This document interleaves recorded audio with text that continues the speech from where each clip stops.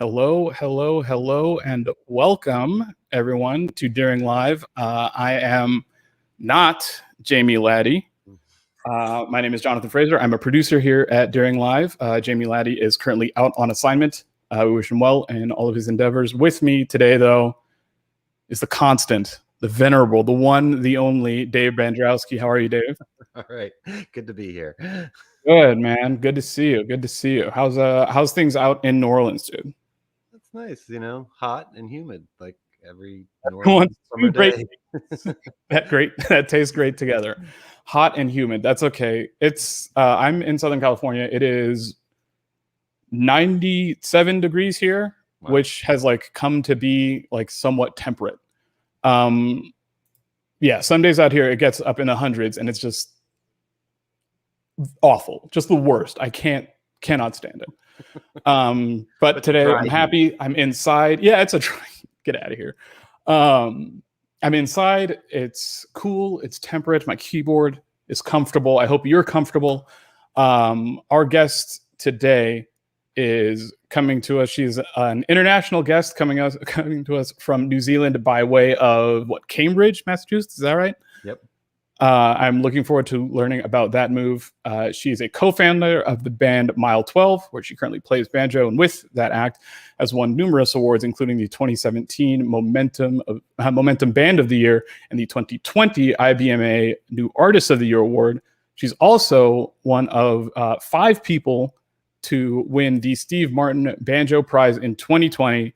I hope, I see a lot of people in chat already. This is so exciting. I want all of you to put your hands together in chat. You hear me, chat room? Get that applause emoji ready really quick. And put your hands together for the one, the only, our guest today on Daring Live, BB Bowness. Hey, I just magically pop up. Hooray, hooray. You're here. Yeah. You've been in the computer and now you're free. Welcome. How are you? I'm good. How are you both? Warm, but I hear though, isn't it like hot out by you? What's the temperature like out in Cambridge? It's a heat wave right now, which for us is like 95. I know that can't compete with you in California, but yeah, it's pretty hot. I mean, I feel like at a certain temperature, it all just becomes just hot. I think it's just too much. You know what I mean? After a certain threshold where it's just, what are you guys doing to stay cool out there? We're just staying inside. We have the air conditioner cranking. Yeah, I love it. Drinking iced coffee. That is, oh my gosh, that sounds so good. Oh my gosh, I love it. Yes, everybody in the chat. Hello, hello, hello, hello. Now, before we get too far along here, I have a very important question. I hate to just jump straight in with the big stuff, but your name is BB Bowness. You go by Catherine. Discuss. Yeah, Catherine is my birth name, and my grandmother called me Catherine, but sadly she passed away, and so there's not many other people that call me Catherine anymore. My parents even call me BB. It's just like a long-standing nickname. It kind of took to me and stuck, and now I don't think it'll ever go away. It's been Where did it come from? 25 years. My grandfather called me BB when I was, about 5 years old. So yeah. Wow, that is so wonderful. I love that. It's fun. I call my little girl BB sometimes too, so that's very funny. Nice. Yeah, families. Before we get too far along, how would you like to play us in with a tune? You got something picked out for us? Yeah, sure. Yeah, I'll start with this this D major prelude I've been working on recently. It's composed by Adam Larrabee. He's done a whole book of preludes for banjo. There's 24 of them going to be published, one in every major key and one in every minor key. And this one is a kind of a long one. It's I hope you're ready for, to start off with the 4-minute long slow banjo tune. Yeah, it's a strap in, chat. Yeah, strap in. It's a theme and variation, so that you hear the slow theme first, and then there's kind of just a bunch of variations. So, yeah, I'll give it a go for you. Very cool. Oh, we're so excited, everybody. BB Bowness.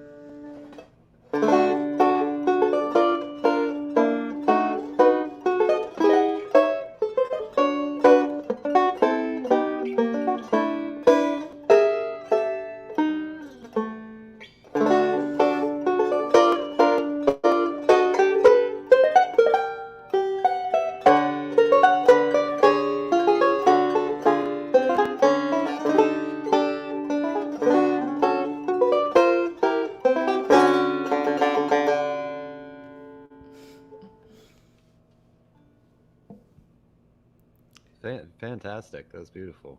Thank you. And did you learn that? That was, you know, as you said, it was a piece from Adam Larrabee. But did you learn it? Did he teach you this, or did you learn it from a pre? Is it part of that book that's coming out, and you learn it from like a, a pre copy or something? It's actually out, yeah. So that Oh, okay, it's out I already. don't I should have had it here beside me, but yeah, I've got the book. It has the first like six of them in it. So that's one in the first book, the D major. Okay. Almost as written. There was a couple mistakes in there, but yeah. So I've been working on that for the last few weeks, and yeah, really enjoying it. It's like a beautiful piece of music. And playing that kind of music on the banjo, how do you feel it like helps your more traditional playing? Do you feel like a difference in just your technique, kind of on your stand more straight ahead bluegrass playing?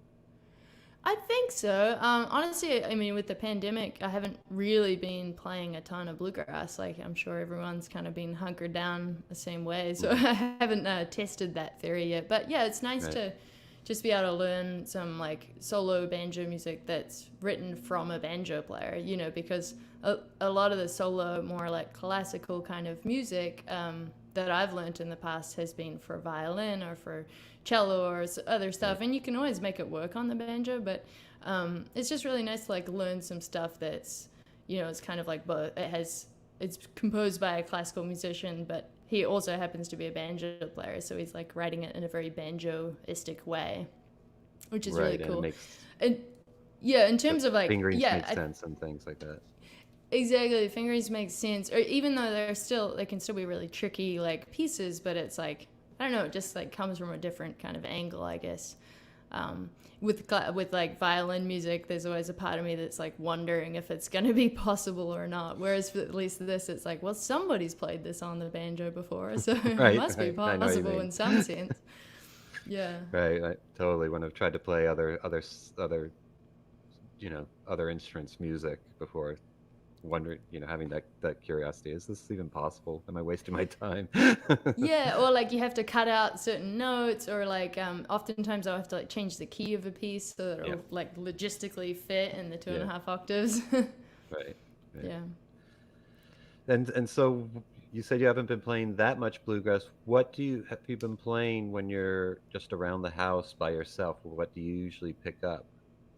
What do you usually start playing Yeah, as of late? I mean, good question. Like bluegrass, I've still been playing kind of bluegrass fiddle tunes and stuff, but I feel like your question was kind of more directed to like banjo music or singing song bluegrass music. My husband and I have been Hmm. playing a lot during the pandemic, and that's mostly fiddle tune kind of stuff. Okay, Still bluegrass, but yeah, a little sure. bit less like trad. Like kick off Old Home Place, or I think if I Right, got into a right. jam with like singing bluegrass, I'd probably be like, yeah, how does that song go again? I know what you mean, yeah. And um, and what are some things that you practice when you kind of pick up the instrument when you're? Yeah, it's a good question. It really depends on the day. Like at the moment, I'm practicing kind of getting back into the band material because we have played a few gigs. So I'm kind of remembering how, oh yeah, this solo always gives me trouble, or always I don't feel super happy with how I play on this song. So it's kind of that stuff at the moment. But yeah, it was challenging through the pandemic. It's like, what do you play when there's no gigs coming up at all? I think I often just pick up the banjo and just kind of see like what comes out of it. Just often just play free for a little bit, and I'll just kind of like follow my nose around and see. Maybe I hear some kind of idea that I didn't, that doesn't feel quite comfortable yet, so maybe I'll like work on a little of that, whatever that is. I've done a lot of, like scale stuff, arpeggio stuff. But at a certain point, it's nice to play music with other people. So Hmm. I think, yeah, usually something will inspire me. I'll learn a new tune, or I'll play something with Alex and be like, you know what, I want to get better at soloing on that. So I practice kind of improvising on it. Those kinds of things is what I've been doing lately. And do you compose? I mean, you said you picked that up and sometimes just let, play free. Do you ever make any of these ideas turn into an actual piece that you can play, a month from now? Yeah, I do some of that. I definitely go through phases. Like the band has done one of my tunes on one of our earlier records, and that was a tune called Wickwire.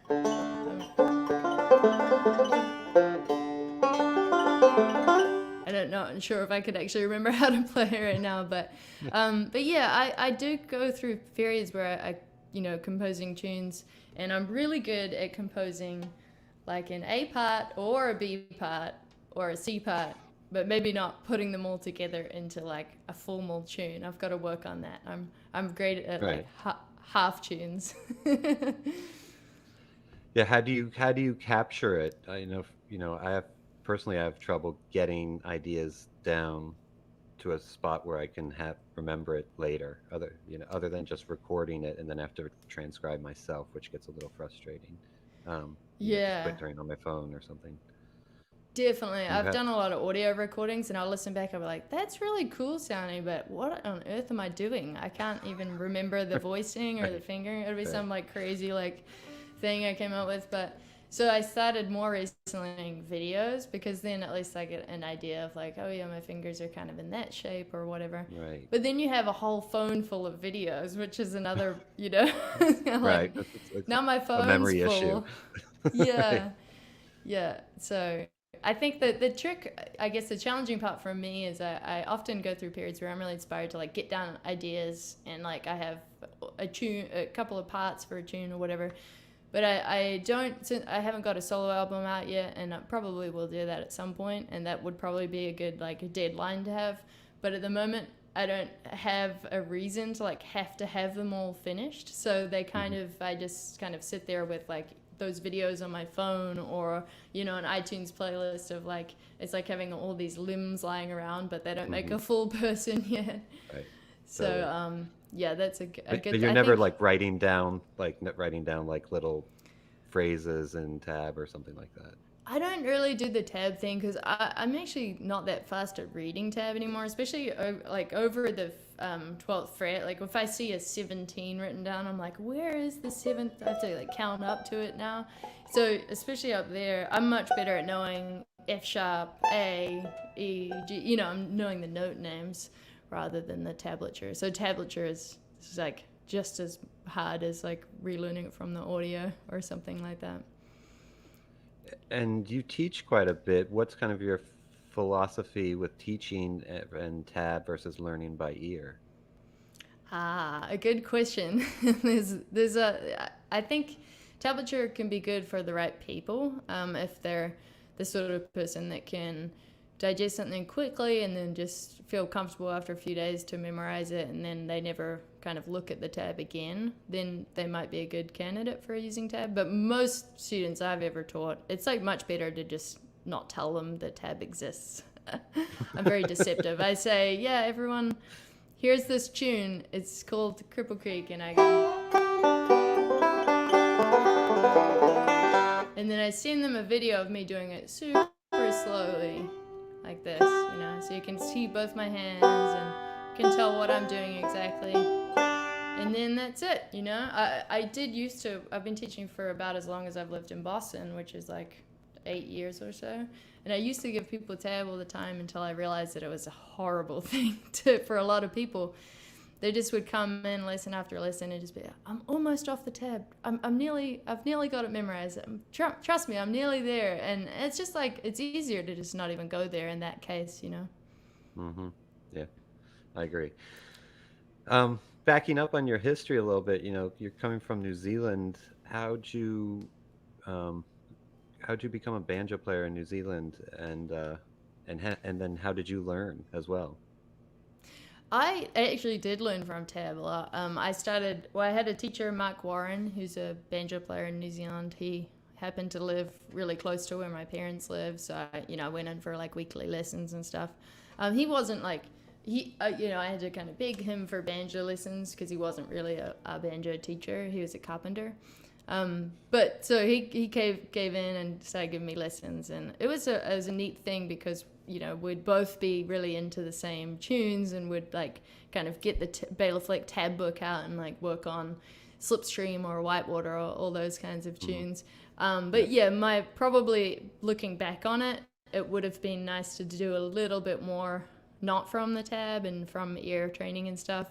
But it was a great start. I mean, the fact that he taught me, the first tunes I learned were kind of in the melodic style, which is kind of backwards from maybe what a lot of people do with, Scrag style first and then doing melodic style second. But yeah, it worked for me. And, when I moved to Boston and when I came over to America, I got a lot of, bluegrass. I was surrounded by much more bluegrass than in New Zealand. So I got to really study like J.D. Crowe and Earl Scraggs and all those guys.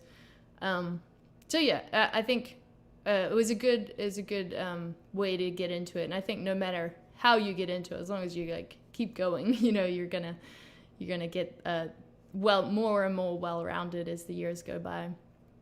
But that was kind of unrelated to the question you first asked me, which was how I got into banjo in New Zealand.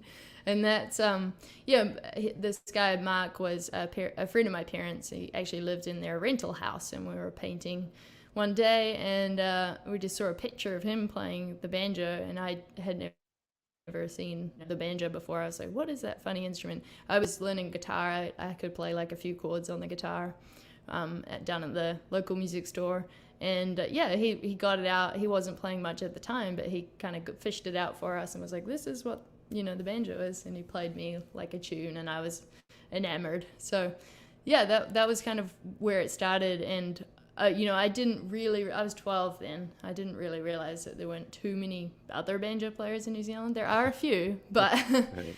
Not a ton. And it's kind of an interesting road. We, mostly I think my first trip to America was a real eye-opener because I got to hear people like Bill Evans and Noam Bacalny and Alan Munday, all these amazing banjo players, like at the bluegrass festivals and at the camps and stuff that we went to. So that was kind of like, oh, I took home like a stack of books and DVDs and all that kind of stuff. It was really before like YouTube. YouTube did exist, but our internet was so bad that I couldn't really download them anyway. So yeah, it was a lot of learning from DVDs and books and things like that. And are there bluegrass festivals in New Zealand? And if there are, did you go to them? There's one now, and it's happened I think 3 times. So no, not when I was there growing up, but there were folk festivals, and there was always this core, like hardcore group of like 10 bluegrass people that went to those folk festivals. Right. And had a jam session, and they were kind of like, the outsiders or whatever. Right. So yeah, as a kid, I definitely went to those folk festivals. And in Australia, there was like at least a couple of bluegrass festivals that, I flew over a few times as a teenager, and I went to some of those bluegrass festivals. But yeah, now the Kiwi Grass is the New Zealand Bluegrass Festival, and I think they were the only bluegrass festival in the world that was happening last year in person because of COVID. Wow. Something like that. It was like February 2020. Right. Yeah, 2021 actually. 2021. Yeah. And you went to music school in New Zealand too, right? Yeah. You did, yeah. So I sort of like started when I was 12 on the banjo, and then just continued to play through my teenage years, and was considering what do I do, as a youngin', to go to university and study music. And the New Zealand School of Music kindly let me audition there on the banjo. I remember calling them up and being like, can I, set a date for an audition? And they were kind of like, yeah, sure, what instrument? And I said, banjo. And they were like, let me get back to you on that one. But it all worked out great. I studied in the jazz department, which I felt like was a little bit kind of made more sense in the classical department just because of like jazz, improv, learning the scales, learning all that stuff kind of flows over to bluegrass at least a little bit. And also sight reading, like, pieces of music on the banjo would be kind of tricky, I think, in the classical music department. So yeah, I did that for 3 years, the New Zealand School of Music, and then moved to Boston. And did you ever start to play jazz gigs on the 5-string banjo? I wish. I don't think I played any gigs. I think there was a couple of like in school events that were kind of out at bars and stuff, but not like I didn't really get into the gigging thing. But yeah, I was practicing a lot of jazz tunes and stuff, and Right. in school, like that was mainly what I was working on for those few years. So Okay. yeah. But you don't do like like a solo jazz guitar, but solo jazz banjo sort of like, but sort of gig like for a wedding or something like that. These No, days. that would be really. I would find that really hard. I'm sure there are people that could do that, but yeah, I've not worked on it enough to be able to pull Yeah. off solo jazz banjo. And what brought you to the U.S. when to Boston area? Well, I moved over. New Zealand government has like a 1 year work visa that you can get onto for no good reason. Basically, you can come over without any employment set up or any contacts or anything like that. So that's what I did fresh out of school. You have to go within 1 year of like graduating. So if you get on it, if you know about it, then you can kind of come over and do that. And I moved to Boston. I was just planning to stay for the year on this work visa, but yeah, I just met all sorts of good people here and really enjoyed like the very vibrant bluegrass scene. A lot of folks were going to Berkeley College of Music at that time, and that's kind of where I met my bandmates from Mile 12. And just got kind of hooked in here, so I applied for another visa, a 3-year visa this time. And then after that, I got married, and now I'm a citizen. So it kind of one thing Awesome. after another, Thank you. Well, do you want to play another tune for us? Yeah, that'd be good. I'll do another of the Adam Larrabee pieces if that's Yeah, cool. that'd be awesome. Yeah, so this one's a C-sharp minor one. Again, these are I just learned both of these pieces, so hopefully this one And goes alright. But what is this called too before you? I don't think they have names. It's C-sharp minor. Okay, sure. Prelude, Sure. yeah, by Adam Larrabee. And the first one was D major. Sure. But And these they're are all cool, in yeah. standard G tuning? Yes, and they are in standard G tuning. And you'll hear on this one, the fifth string is still like G, right? And the piece is in C-sharp minor. So it goes through all these different chords, and you can kind of hear, it's very cool. You hear all the G sticking out every time. So yeah, that's it's very banjo, it's just like exploring all these different flavors with like the banjo in mind, which is great. Nice. Yeah.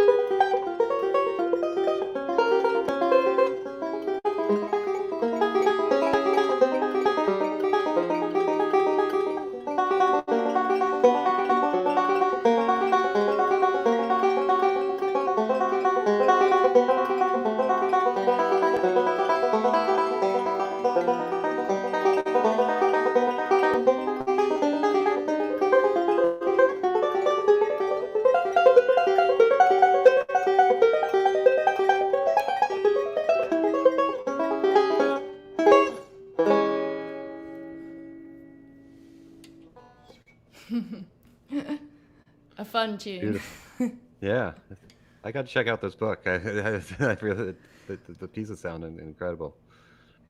Yeah, they were super fun. I've went through a bunch of them by now, and I've learned a few from the next like the upcoming books as well. It's like it's just a great study to romp through some keys you don't always like get to play in. Right, different. Fiddle some different. tunes usually aren't in C sharp minor. There's not too many like reels in C sharp minor, I guess. In G tuning too. Yeah. Well, we have some questions in the chat. We have Awesome. Julie Colton saying, "I'm a tab junkie. I struggle to learn banjo tunes in my head. On fiddle, the melodies go straight in. Why is that?" Oh, that's a tough one. Fiddle is much more intuitive, the tuning. Do you play other instruments as well, David? I play guitar and tenor banjo and 5-string banjo and piano. Yes, I'm like only a banjo player. I've always been pretty much a banjo. After those first 3 chords I learned on the guitar, I just defaulted to the banjo. So it feels like it's kind of normal for me. But I get that it's not a really intuitive instrument, and I think if you're also a fiddle player, the fiddle probably just feels much more intuitive. Like you can hear the melody and then you can kind of move your fingers up or down and the sound goes up and down. And if you're trying to do like melodic style banjo, it's the opposite of that. It really is just doesn't make much sense. So it's a struggle. And especially I think the other thing that goes in with that is like if you're used to reading from tab and you're kind of like visualizing the tab in your head, it's just hard to get out of that.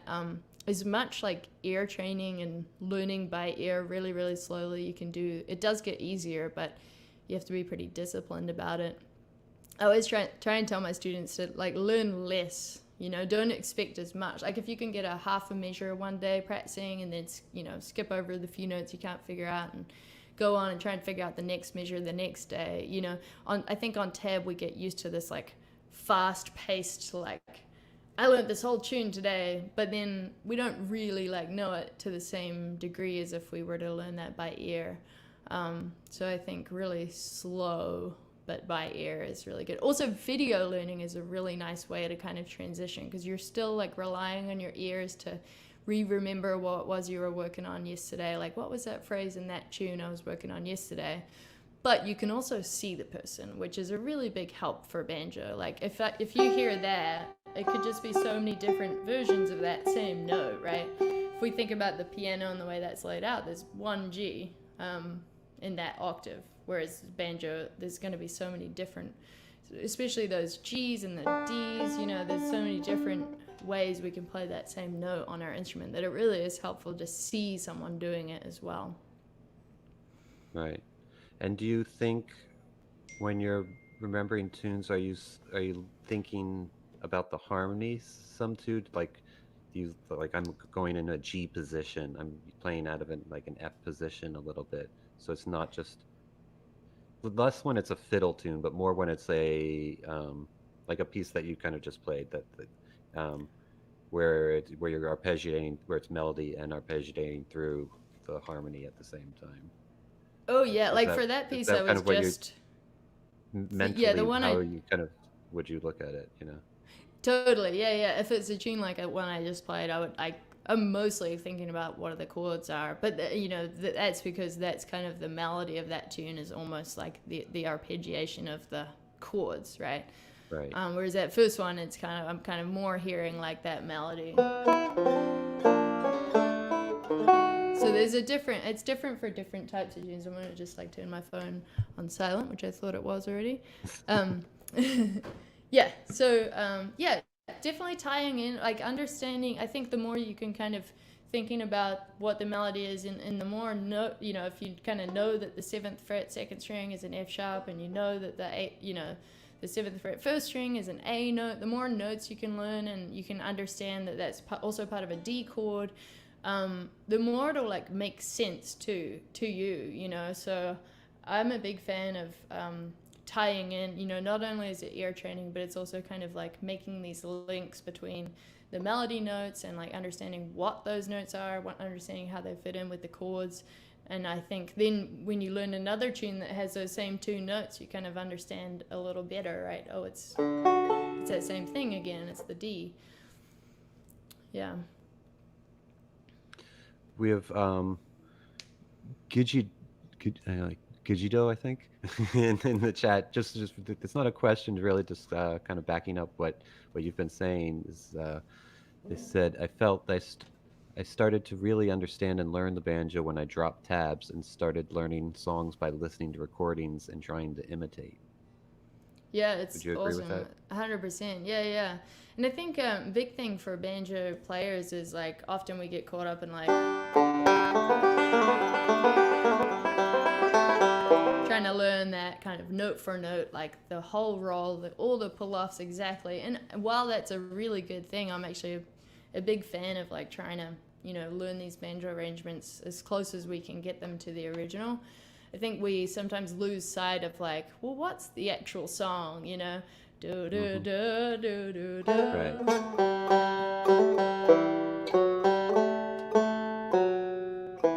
It's a pretty simple melody if you just take the whatever it is that like Tony Rice is singing or whoever is the singer on that recording. And that's a really good exercise, not only just like trying to learn the banjo vocabulary, but just trying to isolate those main melody notes, playing, the syllables of the words.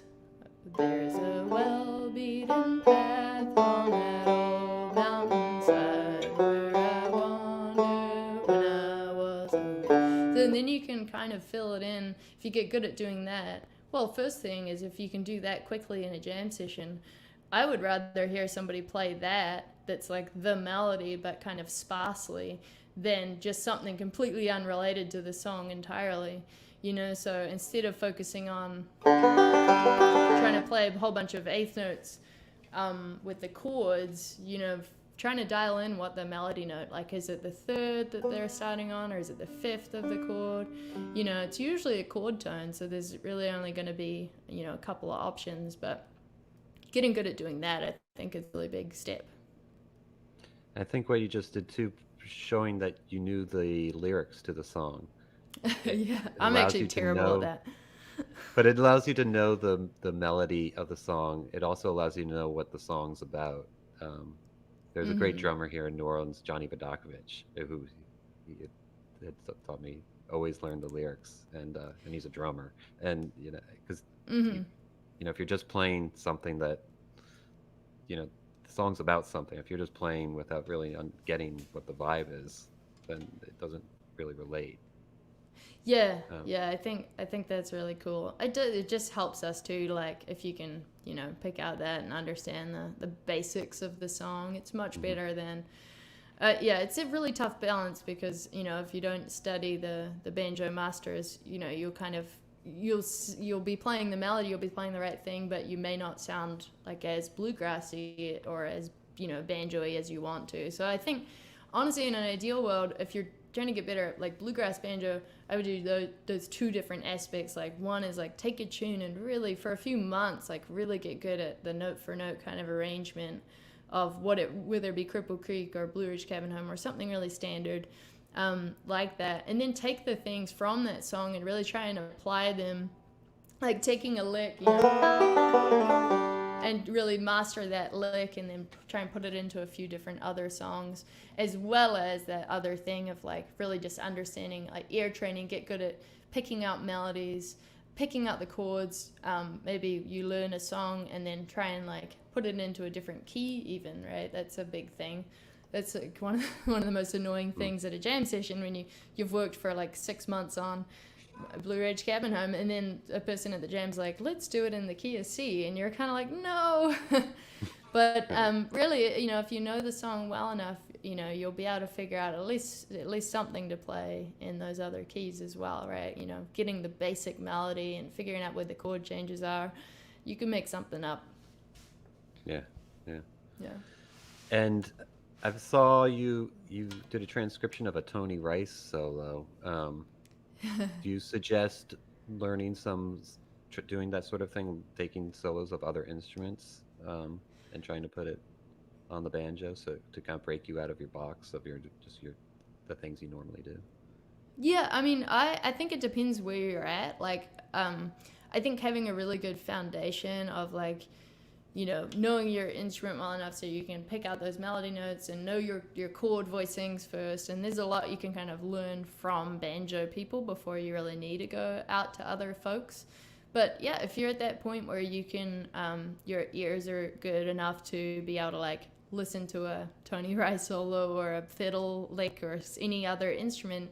It could even be like a rock and roll guitar lick, or, you know, it doesn't have to even be in bluegrass, but I think it's a great thing. It really opens up little like new corners of the banjo when you're doing that kind of stuff.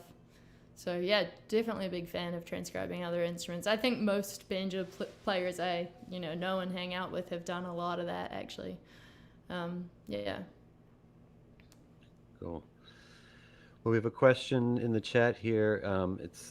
They're saying, I belong to the group that play for the love of banjo music, and approaching 60 at that. We only learn by ear and video. What is your advice for us slow fingers? Love of banjo.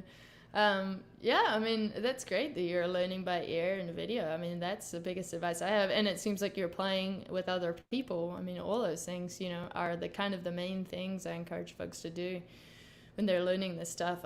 If you're trying to get faster, I imagine that was part of that question, the slow fingers thing.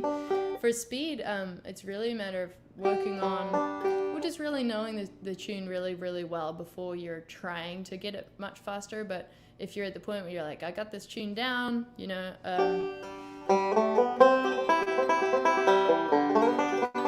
maybe it's a little slower, right? You can kind of play it like, but you want to get it faster. The thing to do is practice with the metronome and really start at a really comfortable place for you and really get it nice and even and comfortable so you can really nail it, and then just increase it over time. And I think keeping a little practice journal of your speed, and don't expect it to always go up every single day. You'll have days where it just doesn't feel as good and you won't be able to get it as fast, but in general it's kind of cool to track your metronome trend for whatever tune it is you're working on, and just kind of dial it up little by little. You just kind of log down, like log down. I played Cripple Creek at 80 beats per minute today or something like that. Yeah, definitely. And I think the hardest thing for folks, if you're struggling with this kind of like getting faster speeds, it's usually playing really well with the metronome at any speed, like slow. Once you can play really well with the metronome, and we always want to like improve upon that, right? It's never like I'm done, I can play with the metronome. But once you feel comfortable and you can kind of hear, you're practicing your listening skills, right? You can hear if you've gotten off it or not. That's when it's going to be not too hard to like increase the actual speed. I mean, technique can kind of get in your way too, right? Like maybe there's some folks out there who like are using too much motion, like, so we want to be kind of efficient with actually both of our hands. But if your technique is pretty good and you can play with a metronome and notice that you're off it or on it, then I think the only barrier is just doing it regularly. And that's where the practice journal comes in, because once you start, like, you keep a log of like the 4 or 5 tunes that you're doing with the metronome and you see that they get faster, it's really inspiring and you kind of want to keep on it. I definitely have had some success with students in the past, like doing that. That's good advice. What about warming up before a gig when it's just like, not feeling good? Is there tricks, like say you've just been in the van for a long road trip and you're running late and you don't, and is there and sometimes the hand just on banjo doesn't work, but it's hard to muscle through it because you have the metal picks and the metal strings and it's a stream of notes. Any advice for that there? That's a tough one. I definitely have that experience a lot of being, a travel, sometimes like the best gigs you ever play are after, 2 flights and a long drive or something. And it's like, I wish this could have been on a day where I just practiced for 3 hours, but it doesn't always work out like that. Right. I'm a big fan of actually just like, we used to speak of warming up, but I wash my hands in like hot water. And for me, I have terrible circulation. So for me, that really helps more than any like exercise or something I would do. Maybe that's a cop out to say that, but yeah, washing your hands and make sure they're nice and warm and toasty and relaxed and clean as well. I feel like that's a thing. You want it to just feel good. And otherwise, I mean, I'm kind of like, I don't know if I believe in warm-ups in the same, in that sense of like my hands can or cannot do stuff, and that just change from day to day, right? Like sometimes I play and I'm feeling like kind of loose and my ideas are connecting in a good way, and other days I just feel kind of not as good. But it doesn't feel to me that that's like a hand problem. It's more just like a mind problem. Nerves get in the way, or you're just feeling kind of distracted or whatever it may be. That's usually the issue. So if I'm warming up, it's not in the sense of like my hands need to warm up unless they're actually freezing, in which case I run them under hot water. But it's more just my brain getting into a good mood, and sometimes that means like warming up is just like going for a walk around the block, or not playing the banjo, or jamming with one of my bandmates just to jam on a tune that's like not in the set, you know. Sometimes playing something that's you're not about to play is kind of good. I've never been one of those people that's like very good at playing the same piece over and over and over again until you get on stage and then you play the same thing. You know, I feel like I get to a point and then it just gets worse. Well, let's talk a little bit about your band Mile 12. That you know, were you one of the co-founders of that band, or did you join the band? Actually, the four of us were in it from the beginning. So myself, Bronwyn, who's the fiddle player, Evan is the guitarist, and Nate on the bass. And then we just, a few years after that, we added David on the mandolin. So yeah, I guess in that sense, we're all four of us co-founders. Yeah. And y'all have had some great success. And then looking at, I see that y'all are getting back out on the road a little bit. Just looking at your tour dates. Are you excited to get back out there? Yeah, I am. It's a little crazy right now with the COVID situation, and you know, it's just kind of a new normal, I guess, we're setting into. But yeah, we've done some stuff. We played at Rocky Grass recently in Colorado, which was always a dream gig for us, like bucket list. Yeah, y'all sounded great. Saw you out there too. Yeah, and then we did a couple of shows in New England last weekend, I think it was. Yeah, it's a weird time to be traveling and stuff. It definitely feels weird, but it's good. It's great to be back with the band. We did a week-long rehearsal recently, and that was really nice. Like work up new music that Evan had written during the pandemic. So yeah, we're hopefully going to record an album this year, somewhere. Nice. Yeah. And your tour dates are kind of jumping around all over the U.S. though. You're like doing like 2 weeks in in the Midwest or something like that. It's I saw you're in like Houston, then you're in the Northeast, then you're somewhere else. It seems like a lot of travel. Yeah, and after not doing it for a really long time, it's so intense. Like, right. I mean, the first tour back was just a week, or a little over a week, because I think a few years ago we were kind of, I wouldn't say road warriors. We're definitely not really the type of band that loves to just go out forever and ever. But we were really busy. 2019 was super busy. We playing all over in Canada. We played in France, doing crazy amounts of tour dates for us. And then to have the whole year off, I'm kind of definitely turned into a little bit more of a homebody in the last year. But yeah, the other thing that's really weird right now is the routing. Some gigs got cancelled, other gigs did not get cancelled, and so we have a lot of weird stuff going on in the immediate future that just sort of can't be helped right now. So we'll see. Hopefully whatever we're up to now, it's going to be a little better. 2022, I guess. Yeah, hopefully it gets all clean. It gets all back to normal more. I want to talk a little. You're teaching at the Banjo Summit coming up too. Yeah, do you want to talk a little bit about that? Yeah, it's always a really good time. I've done a few of them now. I flew out to Colorado, years and years ago when it was in person, and then I also did one of the online ones, and it's just a really good core group of people.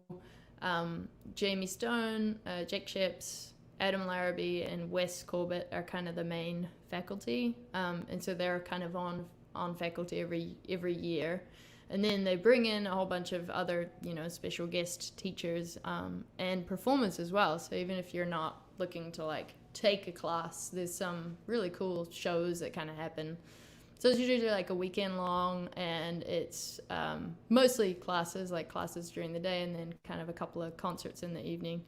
And then hangout kind of Zoom chat jam situations where some really cool conversations come up about, all sorts of nerdy banjo related things and learning and what tunes everybody's been, practicing, stuff like that. So it's definitely worthwhile if you're a banjo player. It's covered, there's bluegrass, there's jazz, it's kind of any type of music, all banjo related. So whatever you're into, there's probably a class on it at the Banjo Summit. Yeah, it sounds like a fantastic. I've missed it, but I'd like check it out. It sounds like a fantastic event, and it's in December, right? Yeah, December, and online, so it's kind of helpful. Sure. You can just kind of do it from wherever. There's actually one more workshop while I'm plugging my upcoming events. There's a Pinecone Bluegrass Banjo workshop I'm doing coming up soon too. I think September 8th or 9th, something like that. And that's also going to be on Zoom, and just an hour-long, or maybe a little bit longer than an hour, class on improvising bluegrass banjo. And we're going to do a little bit of what we were talking about earlier, transcribing other instruments too. So it's more kind of intermediate advanced class, I would say. But yeah, definitely anyone interested in improvising bluegrass banjo could come check that out. Pinecone. Pinecone. Definitely, I'll check it out, and we'll try to get the link in, on the page later. Yeah, perfect. Jonathan, do you want to come in? Do we have some questions in the chat that I'm missing? Yeah. We do have one here. I saw one. We were just talking about improvising and learning how to improvise. You see this question here from Daniel White. Daniel asks, any tips for being jam ready, i.e. leading tunes, taking breaks over new tunes, etc. When you don't have a regular place, use your words, John. Any tips for being jam ready when you don't have a regular jam space or people to play with? That's really tough. One of the best things I've found during this pandemic is an app, or I think it's an app as well as you can use it online, called Strum Machine, and that's just like a really good backing track website, but specifically for bluegrass. So there's like great rhythm guitar with like not horrible tone, and bass and mandolin, and any tune you could kind of think of is up there. So that's probably, nothing quite replicates being in a room with other people, and that's just always a really individual thing, that you can't quite do at home. But the best thing is, I think practicing with backing tracks, and really holding yourself kind of accountable. Like, when you're with a jam, one of the main things is that you can't really stop, right? So that's like a really hard thing to practice if you're not jamming all the time. But if you're jamming all the time, you get kind of good at that flow, and you'll make a mistake, but you'll hopefully be able to like pick up and keep going through it. So yeah. Very cool. Very cool. Yeah, a lot of some positive feedback for Strum Machine here in the chat. Nice. Yeah, very cool. I believe you had wanted to close this out with a very special tune. Yeah. Or a special guest performance, rather, I suppose, right? So you can go ahead and get set up for that. Welcoming to the stage here, Mr. Alex Rubin. How you doing, Alex? Hiya. Hello. How you doing, Alex? Good. Good. Excellent. Nice to be here. I'm sure everything's going great. Yeah, we're doing all right. Just an unbroken string of green lights. Before we get out of here, I wanted to let everybody know in the chat. Thank you guys very much for watching. As we orient ourselves here. There we go. I'm gonna kind of move this so you can see us a bit better. Yeah. Maybe I'll take Very the cool. headphones off when we stop playing. Okay, yeah, that sounds good. Next week is a very special episode of Deering Live, where we're going to talk about the dangers of cyberbullying. I'm kidding. That's just a bad joke. It's actually Deering Live from Deering HQ. Our guest, Clint Davis, will be passing through our home office, and we're so excited to see him. We're going to kind of just put on a little special show for you guys. And yeah, we're really looking forward to it. Other than that, I believe That's all the special announcements we had. Correct me if I'm wrong, Dave. I think that's it. Yeah. That's the big one there. Okay. Hey, BB, where can people find out more about you? Where are you on the internet? Yeah, I have a website, catherinebowness.com. Misleading. If you Google BB Bowness, I'm sure I'll come up somewhere there. And our band website is mile12bluegrass.com. And Alex also has a website, alexrubinguitar.com, I believe it is. Plugging me on the banjo show. Yeah, in case there's any guitar lovers out there. Spicy. A lot of us play bit guitar too, where we double time it over. So. All right. Yeah, well, endearing guitar. Yeah, right. Wonderful. Okay. Well, what are you guys gonna play us out with here? We're going to do a little medley. We got into some strange things during the pandemic, and we were mostly our only jam partners for each other because we were in the same pod. So we were learning a bunch of Bach together, and we're also learning jamming on a bunch of fiddle tunes. So we're going to do a mashup of a Bach and a fiddle tune. The Bach is, I'm just going to read my note, otherwise I would have forgotten, Prelude number 2 in C minor from the Well-Tempered Clavier. And the fiddle tune is Denver Bell. Should have written that one down. I should have written them all down. Yeah. Excellent. All right. Well, thank you very much for joining us, chat. Thanks so much, BB. This was great. Yeah, BB, Yeah, this has been thank you so fantastic. Thank you. All right. Fun. All right. Take it away. Go offline here.